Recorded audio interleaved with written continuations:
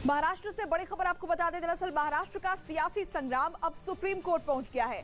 Supreme court में सुबह 10:30 बजे एकनाथ शिंदे समेत 11 बागी विधायकों की याचिकाओं पर सुनवाई होगी। पहली याचिका में शिवसेना के बागी विधायक एकनाथ शिंदे के नेतृत्व वाले विधायकों के खिलाफ अयोग्यता की कार्यवाही शुरू किए जाने को चुनौती दी गई है। दूसरी याचिका भरत गोगावले की तरफ से विधानसभा में शिंदे की जगह अजय चौधरी को शिवसेना विधायक दल का नेता और सुनील प्रभु को नया चीफ व्हिप बनाए जाने को भी चुनौती दी गई है। तो ये बड़ी खबर आपको बता रहे हैं, सुप्रीम कोर्ट तक ये मामला पहुंच चुका है। महाराष्ट्र में जो सियासी संग्राम चल रहा है, अब ये सुप्रीम कोर्ट में ये मामला पहुंच चुका है और आज सुप्रीम कोर्ट में 10:30 बजे सुनवाई होने वाली है।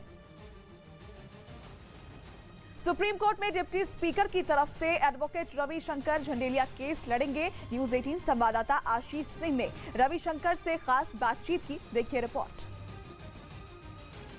कोई चैलेंज नहीं करता, वो पॉलिटिकल पार्टी का विप है, पॉलिटिकल पार्टी का विप में कोई चैलेंज नहीं कर सकता। डिप्टी स्पीकर की तरफ से सर 2 दिन का ही वक्त दिया गया था, इस चीज को लेकर भी कहा गया कर सकते हैं। Latest supreme court judgement 48 hours का बस है बोले। सो फिलहाल डिप्टी स्पीकर को लेकर जो है वो पक्ष रखने के लिए रविशंकर जो हैदराबाद के वकील हैं वो यहाँ पे पहुंचे हुए थे, मातोश्री में पहुंचे हुए थे, मुलाकात की है। मुलाकात करने के बाद यहाँ से रवाना हुए और कल सुप्रीम कोर्ट में डिप्टी स्पीकर का पक्ष रविशंकर रखने के लिए पहुंचेंगे। उनके साथ कपिल सिब्बल समेत कई वकीलों की टीम भी मौजूद होगी।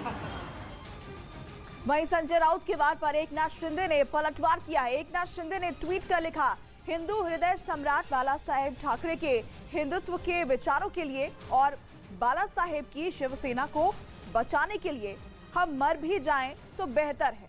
उन्होंने आगे लिखा कि बाला साहेब ठाकरे की शिवसेना उस आदमी का समर्थन कैसे कर सकती है जिनके रिश्ते दाऊद इब्राहिम से हैं, उस दाऊद से जिसने मुंबई के मासूम नागरिकों को बम ब्लास्ट कर मारा था। इस फैसले का विरोध करने के लिए हमें मौत भी आ जाए तो हमें इसकी परवाह नहीं है। एकनाथ शिंदे ने यह ट्वीट कर पलटवार कर दिया है।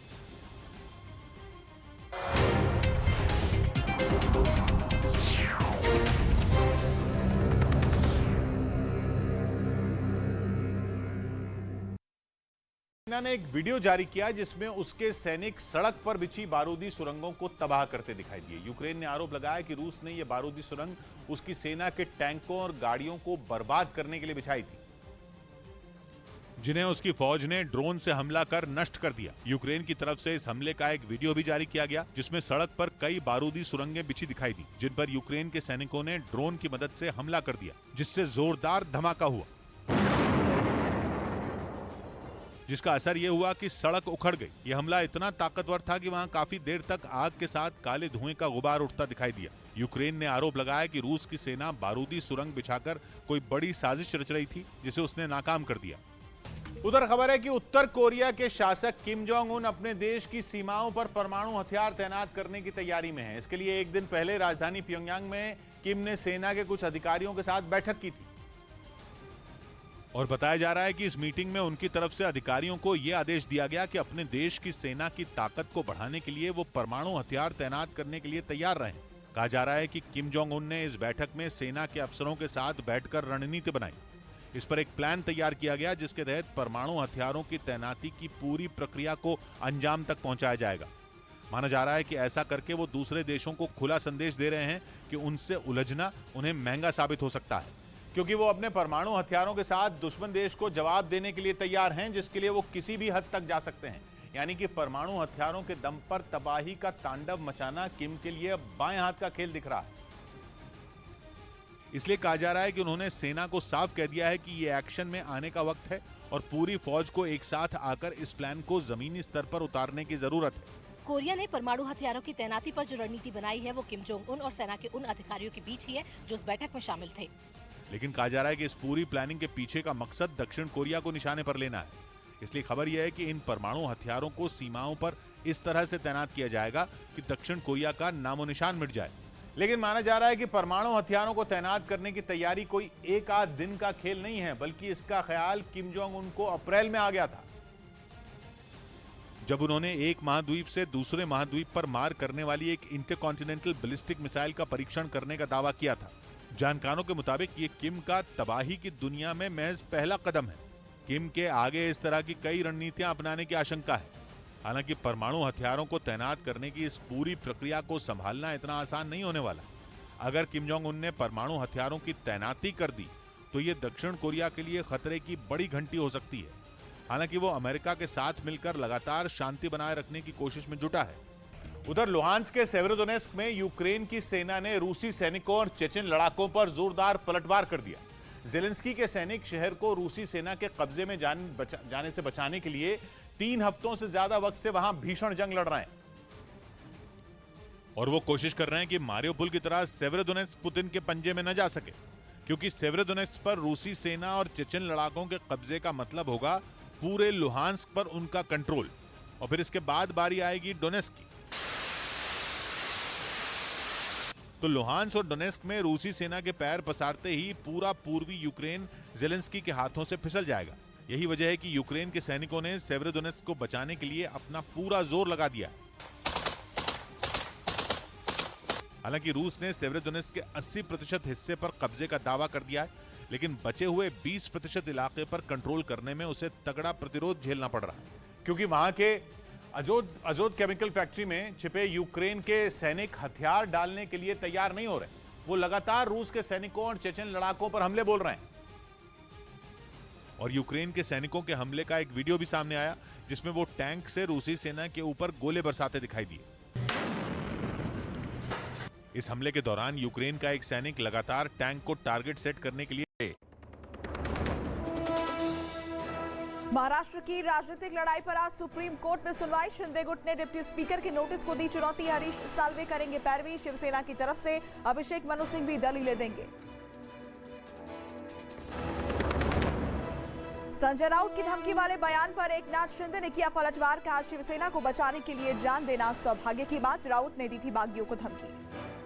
या 40 आमदारांच्या बॉड्या इथे येतील, त्यांना डायरेक्ट सभागृहात पोस्टमार्टम मध्ये पाठवू।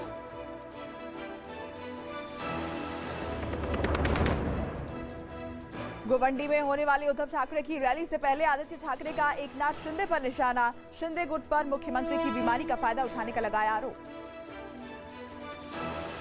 हम शरीफ क्या हुए, पूरी दुनिया ही बदमाश हो गई।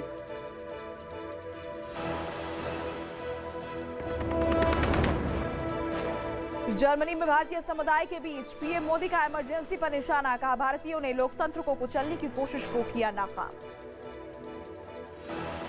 इमरजेंसी भारत के वाइब्रेंट डेमोक्रेटिक इतिहास में एक काले धब्बे की तरह है।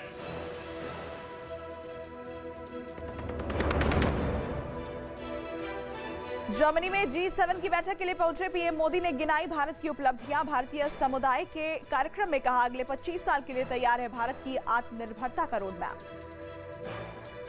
के बाद हमें कहां पहुंचना है, 25 साल के लिए आत्मनिर्भरता का रोड मैप भी तैयार है।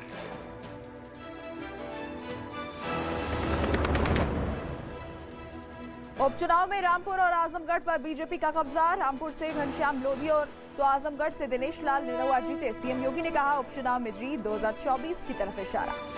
के आशीर्वाद में इस विजय श्री के माध्यम से उत्तर प्रदेश के अंदर 2024 के विजय श्री के लिए एक दूरगामी संदेश भी दिया।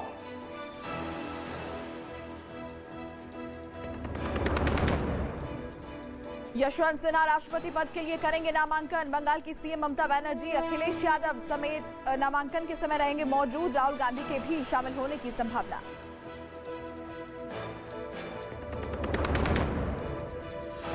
गैंगस्टर लॉरेंस बिश्नोई को आज मानसा कोर्ट में पेश किया जाएगा। मूसेवाला हत्याकांड में पूछताछ के लिए पंजाब पुलिस की कस्टडी बढ़ाने की मांग।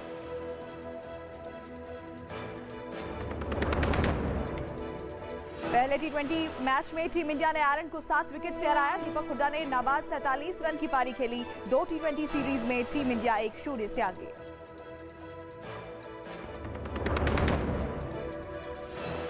से हटाने का ऐलान किया है कि ज्यादा दिन तक वहां रहने पर एक भी सैनिक जिंदा नहीं बचेगा। इधर गंभीर आर्थिक संकट से जूझ रहे पाकिस्तान को तो जैसे शर्मिंदगी झेलने की आदत ही पड़ गई। एक कप चाय तक के लिए तरस रहे पाकिस्तान को एक बार फिर इंटरनेशनल बेइज्जती का सामना करना पड़ा है। और यह तब हुआ जब पीआईए यानी पाकिस्तान इंटरनेशनल एयरलाइंस के एक प्लेन को रूस ने ओवरफ्लाइट क्लियरेंस देने से इनकार कर दिया, जिसके बाद पाकिस्तान की राजधानी इस्लामाबाद से टोरंटो जा रही फ्लाइट को अपना रूट बदलना पड़ा। असल में यह नौबत इसलिए आई क्योंकि पाकिस्तान इंटरनेशनल एयरलाइंस ने अभी तक रूस की ओवरफ्लाइट फी यानी उस देश की एयर स्पेस के इस्तेमाल के लिए जो पैसे देने होते हैं उसे नहीं चुकाया है। इसी वजह से पाकिस्तान के विमान को ओवरफ्लाइट क्लियरेंस नहीं मिली, जबकि किसी दूसरे देश की एयर स्पेस या वहां के एयरपोर्ट का इस्तेमाल करने के लिए ओवरफ्लाइट क्लियरेंस लेना जरूरी होता है। लेकिन पैसे नहीं चुकाने की वजह से रूस ने अपने एयर स्पेस में पाकिस्तान के विमान की एंट्री पर रोक लगा दी, जिसके बाद उसे रास्ता बदलने के लिए मजबूर होना पड़ा और इस्लामाबाद से टोरंटो जा रहे पीआईए के विमान को दूसरे रूट से जाना पड़ा। और बात जंगल में आग की तरह फैली, जिससे पाकिस्तान को एक बार फिर इंटरनेशनल बेइज्जती उठानी पड़ी, क्योंकि रूस के मना करने के बाद उसे अपने विमान को कराची बुलाना पड़ा और फिर वहां से उसे रूस की जगह यूरोप के देशों की एयर स्पेस से होते हुए टोरंटो भेजा गया, जिसके लिए ईरान, तुर्की और यूरोप के रास्ते का इस्तेमाल करना पड़ा, जिसकी वजह से न सिर्फ दूरी बढ़ी बल्कि पाकिस्तान को ज्यादा पैसे भी खर्च करने पड़े।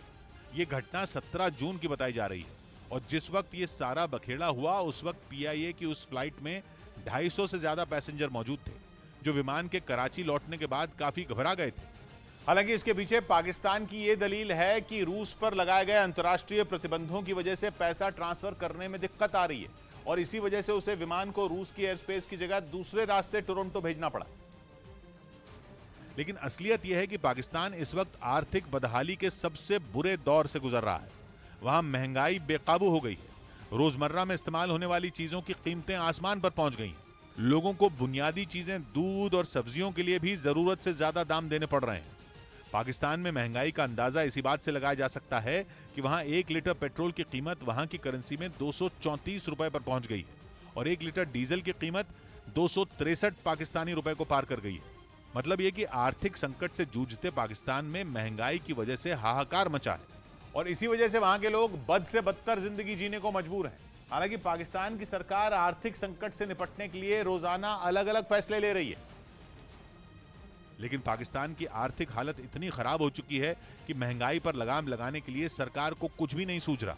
अभी कुछ दिन पहले ही शहबाज शरीफ सरकार के एक मंत्री ने लोगों से चाय कम पीने की अपील की थी, क्योंकि चाय का इंपोर्ट करने के लिए सरकार को 6000 करोड़ पाकिस्तानी रुपए की जरूरत थी, जिसके लिए भी पाकिस्तान को दूसरे देशों से कर्ज लेना पड़ता। और इस शर्मिंदगी से बचने के लिए वहां के मंत्री ने लोगों से दिन भर में 2 कप चाय कम पीने की अपील कर दी थी, ताकि उसे चाय के आयात करने की जरूरत ना पड़े। जिसके बाद पाकिस्तान के लोगों ने खुद अपनी ही सरकार को आड़े हाथ ले लिया था। वहां के लोगों का आरोप है कि सरकार बढ़ती महंगाई को रोकने के लिए कोई कदम नहीं उठा रही।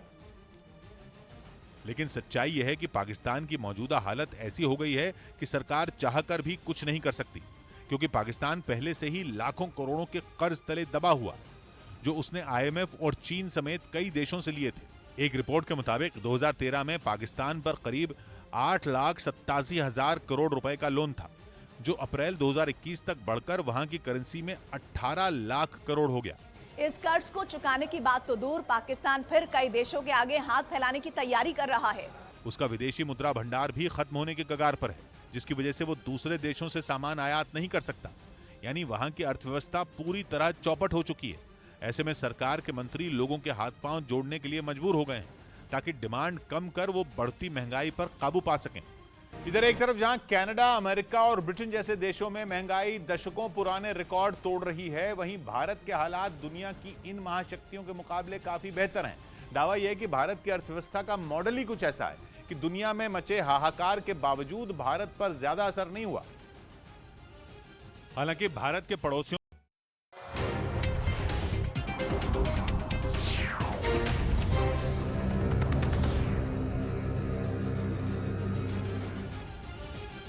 बड़ी खबर आपको बता दें, आज प्रधानमंत्री नरेंद्र मोदी के जर्मनी दौरे का दूसरा दिन है। प्रधानमंत्री G7 शिखर सम्मेलन में आज शिरकत करेंगे, जहां वो G7 देशों और अतिथि देशों के साथ पर्यावरण, ऊर्जा, जलवायु, खाद्य सुरक्षा, स्वास्थ्य, आतंकवाद, जेंडर इक्वालिटी और लोकतंत्र जैसे अहम मुद्दों पर चर्चा करेंगे। पीएम मोदी G7 और अतिथि देशों के साथ बैठक करेंगे और समकालीन मुद्दों पर बातचीत भी करेंगे। भारत वापस आने के दौरान पीएम मोदी यूएई की यात्रा पर भी जाएंगे।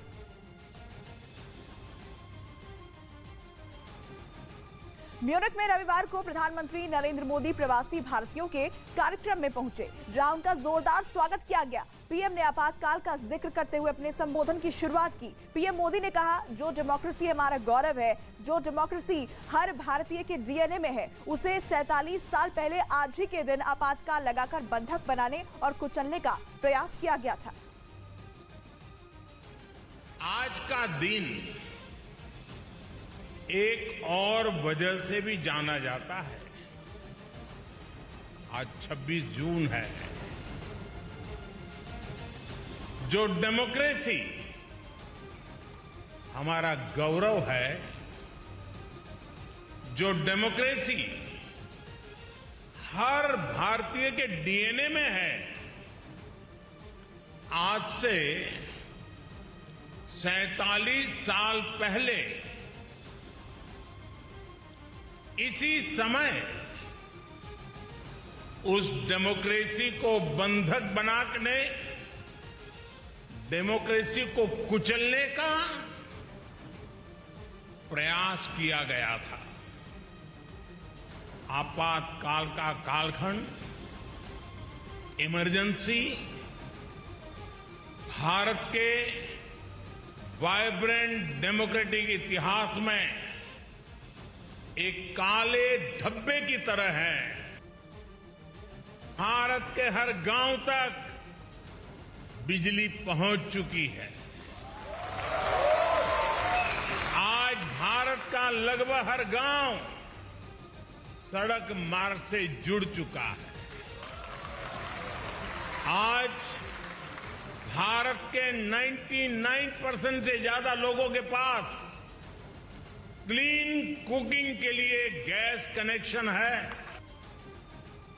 राष्ट्रपति पद के लिए विपक्ष के उम्मीदवार यशवंत सिन्हा आज अपना नामांकन पत्र भरेंगे। यशवंत सिन्हा राष्ट्रपति पद के लिए करेंगे नामांकन। बंगाल की सीएम ममता बनर्जी, अखिलेश यादव नामांकन के समय रहेंगे मौजूद। राहुल गांधी के भी शामिल होने की संभावना।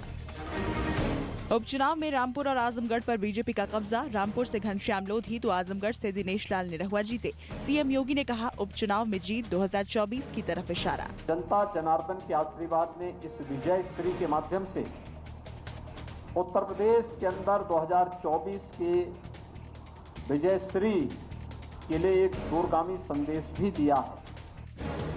यूपी में लोकसभा उपचुनाव में बीजेपी को मिली बम्पर जीत से पार्टी में जश्न। पीएम ने ट्वीट कर दी बधाई तो बीजेपी अध्यक्ष जेपी नड्डा ने पीएम मोदी और सीएम योगी की नीतियों पर भरोसे के लिए जनता को दिया धन्यवाद।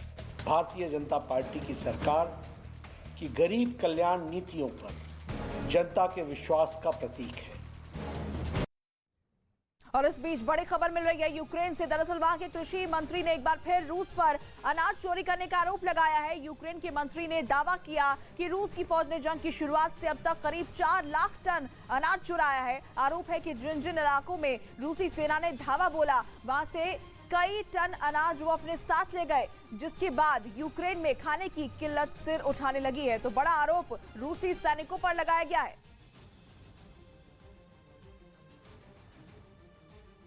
पुतिन अपने दुश्मन को चौंकाने में यकीन रखते हैं और कीव के अंदर अब उन्होंने कुछ ऐसा ही किया है। G7 की बैठक के ठीक पहले कीव में कैसे पुतिन ने हाहाकार मचा दिया है, देखिए हमारी स्पेशल रिपोर्ट।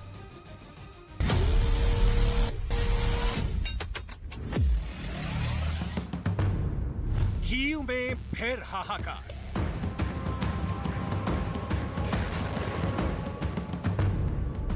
दिन बाद कीव पर ताबड़तोड़ मिसाइल।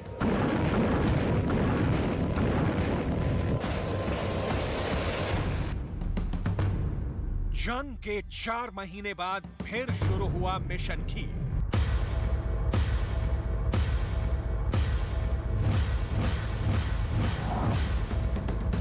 आखिर क्यों अचानक पुतिन ने दोबारा कीव पर अटैक लॉन्च कर दिया है?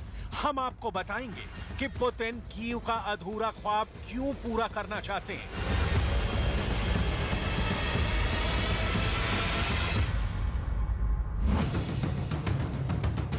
आखिर पुतिन ने G7 की समिट शुरू होने के वक्त ही क्यों कीव को अपना निशाना बनाया है? पुतिन अपने दुश्मनों को क्या संदेश देना चाहते हैं? कीव पर हमले के बाद ज़ेलेंस्की कैसे तड़प उठे हैं और ज़ेलेंस्की ने किन कारणों से हाइमार्स हॉस्पिटल रॉकेट लॉन्चर्स के फुटेज रिलीज करवाए हैं? खबर यह भी है कि पुतिन अपने कमांडर से बेहद नाराज हैं। क्या वजह है कि पुतिन ने अपने जनरल अलेक्जेंडर दार्निको को डिसमिस कर दिया है? ये सब आपको बताएंगे, लेकिन सबसे पहले बात करेंगे यूक्रेन और रूस की जंग से जुड़ी सबसे बड़ी खबर की, कीव पर हुए हमले की। रविवार की सुबह रूस के मिसाइल हमलों से कीव दहल उठा। पुतिन की आर्मी ने यूक्रेन की राजधानी कीव के अंदर 2 इमारतों पर भयंकर हमला किया। पुतिन ने 45 मिसाइल हमले करके कीव की इमारतों को आग की लपटों में झुलसा दिया। पुतिन ने 14 मिसाइल हमले करके कीव की इमारतों को आग की लपटों में झुलसा दिया। 5 जून के बाद पुतिन ने कीव को टारगेट नहीं किया था, लेकिन 20 दिन के बाद पुतिन ने अपनी मिसाइलों का रुख कीव की तरफ मोड़ दिया।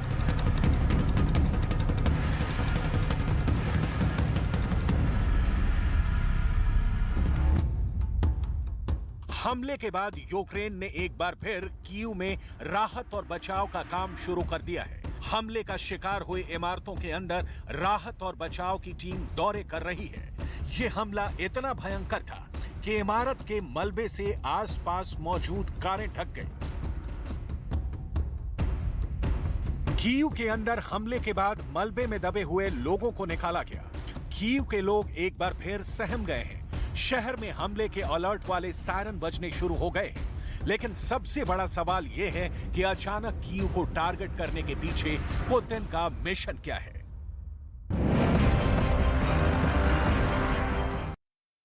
पुतिन का अपना अंदाज है। हमला कब होगा ये भी पुतिन तय करते हैं। हमला मिसाइल से होगा या रॉकेट से, ये भी पुतिन ही तय करते हैं। हमले की लोकेशन क्या होगी ये फैसला भी पुतिन ही करते हैं।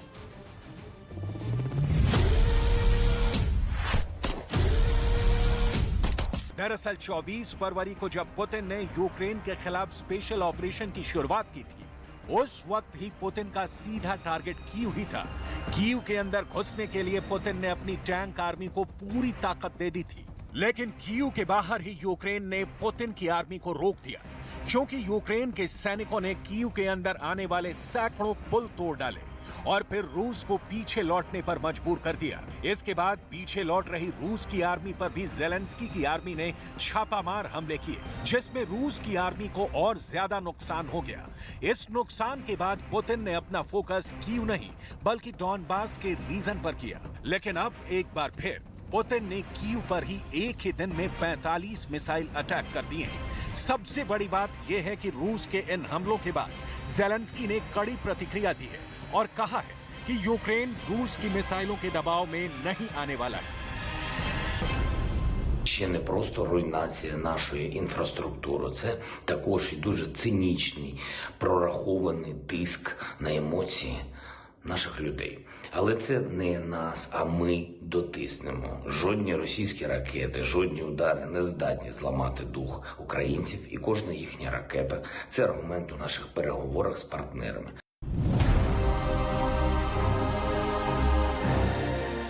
5 जून के बाद कीव पर कोई हमला न करने वाले पुतिन ने अचानक क्यों कीव पर अपनी आंखें टेढ़ी कर ली? वजह इन तस्वीरों में छुपी है। जर्मनी के म्यूनिख में G7 की बैठक चल रही है। G7 की बैठक में शामिल होने पहुंचे हैं अमेरिका के राष्ट्रपति जो बाइडेन। बाइडेन का स्वागत भी म्यूनिख में जर्मनी की प्राचीन परंपरा के हिसाब से किया गया, लेकिन बाइडेन की खुशी में खलल डाल दिया कीव पर बरसी पुतिन की मिसाइल ने। G7 की बैठक में इस वक्त यूक्रेन पर किया गया हमला चर्चा का सबसे अहम मामला है। पुतिन के कुछ खास दुश्मन भी इस बैठक में शामिल हो रहे हैं और इसीलिए पुतिन ने कीव पर अटैक करके अग्रेशन दिखाया है और सबको ये संदेश दिया है कि चाहे दुनिया के बड़े से बड़े देश कितनी ही मीटिंग्स कर ले, पुतिन को रोक पाना इम्पॉसिबल है। अब इन तस्वीरों को देखिए जब कीव से ज़ेलेंस्की की आर्मी ने रूस को पीछे धकेल दिया था। जब पुतिन के खिलाफत करने वाले नेता कीव के दौरे पर आए थे, इन्हीं में से एक नाम है फ्रांस के राष्ट्रपति इमैनुअल मैक्रों का। फ्रांस के राष्ट्रपति भी कीव में ज़ेलेंस्की से मिलने आए थे, लेकिन जब फ्रांस के राष्ट्रपति G7 समिट के लिए जर्मनी के म्यूनिख शहर में हैं, उस वक्त पुतिन ने कीव पर 45 मिसाइल अटैक करके दुनिया को दहला दिया और फ्रांस को भी ये संदेश दिया कि वो यूरोपियन यूनियन के दबाव में बिल्कुल भी नहीं है। पुतिन के मिसाइलों और रॉकेट हमलों का संदेश यही है।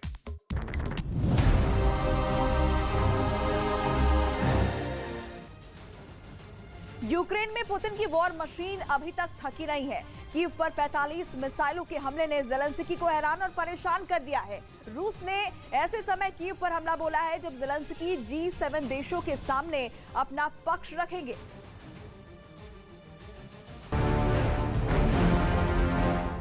ब्रिटेन के प्रधानमंत्री बोरिस जॉनसन वो पहले नेता थे जिन्होंने कीव में जाकर ज़ेलेंस्की से मुलाकात की थी। अब कीव पर हमला करके पुतिन ने बोरिस जॉनसन को भी जवाब दे दिया है।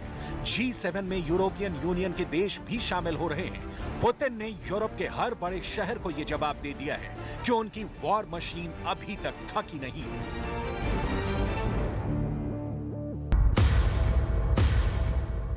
कीव पर 45 मिसाइलों के हमले ने ज़ेलेंस्की को हैरान और परेशान कर दिया है।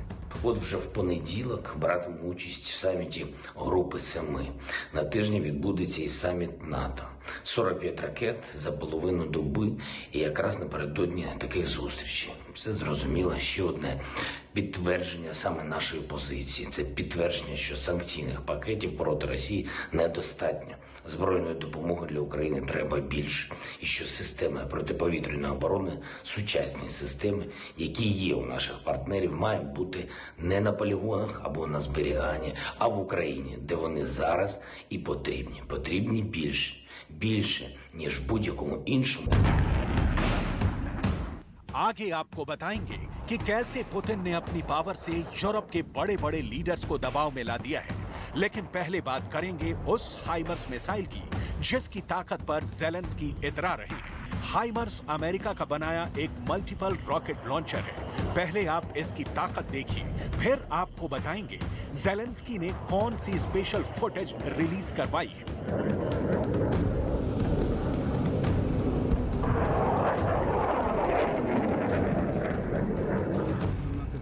अब ये वीडियो देखिए जो 25 जून को शूट किया गया है।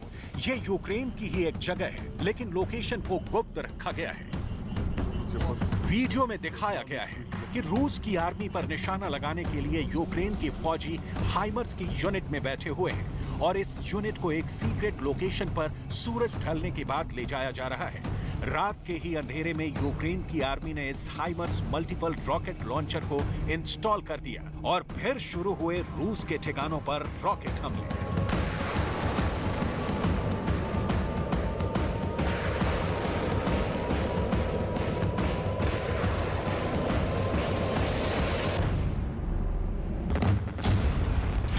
अमेरिका ने हाइमर्स में लगने वाले रॉकेट मीडियम रेंज के दिए हैं। बाइडन ज़ेलेंस्की को 300 या 500 किलोमीटर तक मार करने वाले रॉकेट नहीं दे रहे, बल्कि वो हाइमर्स के वो रॉकेट देने पर राजी हुए हैं जो 70 किलोमीटर तक हमला कर सकते हैं। ये ऐसे रॉकेट से लैस हैं जिसके मीडियम रेंज वर्जन से भी अगर यूक्रेन लैस होता है तो रूस को बहुत भारी नुकसान उठाना पड़ेगा।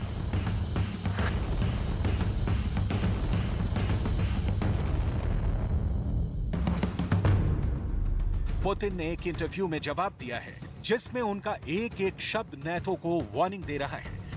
हाइमर्स रॉकेट से रूस को कितना बड़ा खतरा होगा, इसे लेकर जब पुतिन से सवाल पूछा गया तो देखिए क्या जवाब मिला। Применяются с самого начала, но применяются они эффективно только там, где нет войсковой системы ПВО. У нас есть Буки, Торы, Панцири, работают в высшей степени эффективно. इसे आप पुतिन की वार्निंग नंबर 1 कह सकते हैं, जो वाकई बहुत खतरनाक नजर आती है। पुतिन बहुत साफ साफ वार्निंग दे रहे हैं कि जवाब में वो ऐसे ठिकानों को तबाह करेंगे जिसका अभी तक उन्होंने टारगेट नहीं किया है। पुतिन के पास हाइमर्स रॉकेट की एक एक बारीक जानकारी है और वो जानते हैं कि अगर अमेरिका ने यूक्रेन को ये सिस्टम दिया तो इससे उनकी फौज को क्या खतरा हो सकता है। то, что мы видим, слышим, знаем, здесь это ничего не имеет общего с доверием к украинскому режиму или с недоверием. Это зависит от того, какие ракеты американцы поставят. Вот то, что мы сегодня слышим, и как бы то, что мы понимаем, это ракеты, как раз, которые на 45-70 километров, в зависимости от типа ракет, летят. Значит, ну, то же самое было с теми градами, ураганами, смерчами, о которых я сказал. Там тоже дальность 40-70 километров. Ничего нового нет.